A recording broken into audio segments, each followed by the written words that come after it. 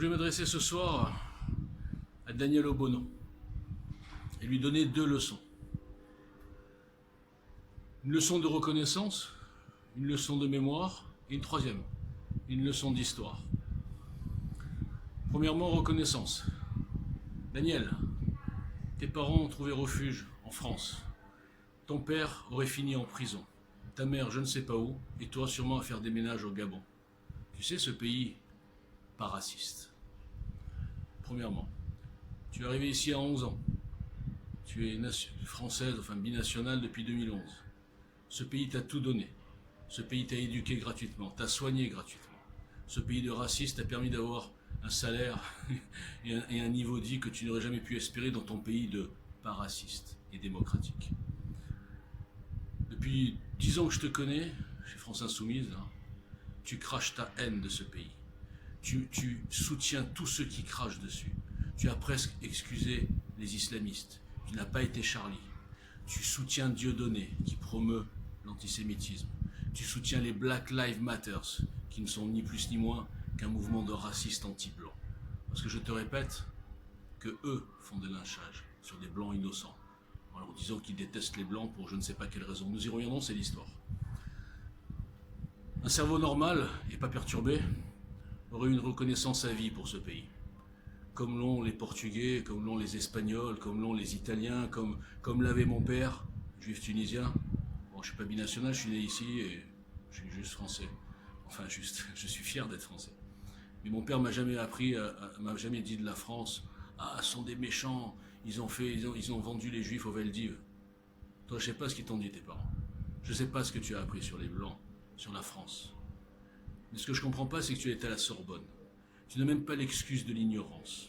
Tu connais par cœur l'histoire des colonisations et l'histoire de l'esclavage. Tu sais par cœur, comme Taubira, que tu dois adorer, tu sais par cœur que 1200 ans de traite négrière par les Arabes, qui castraient tes ancêtres. Je ne t'ai jamais entendu dire un mot sur cette horreur faite par les Arabes. Pourquoi? Comme Taubira. Taubira donnait ses consignes. Ne surtout pas faire porter aux Arabes les crimes de leurs ancêtres. Réserver la vengeance intergénérationnelle aux Blancs. Pour 200 ans, l'esclavage, c'est horrible. Mais qui livrait les Noirs? Qui livrait les Noirs, Daniel? Qui étaient les dealers de leur propre peuple? Des Noirs, comme toi. C'est du racisme ou c'est de la pure saloperie d'exploitation de l'homme par l'homme? Vous voulez tout déformer. Vous transformez tout en racisme. Vous êtes soit des tarés, soit des ignorants, soit des mauvaises foi. Et toi, Daniel Obono, tu es la honte de la République. Que quelqu'un comme toi puisse être député de la France, tout en haïssant la France, tout en cautionnant les gens qui disent « nique la France » et t'étais toute contente, ça fait in, c'est à la mode de niquer la France, de niquer les valeurs de la France. Tu ne vaux rien, Daniel Obono.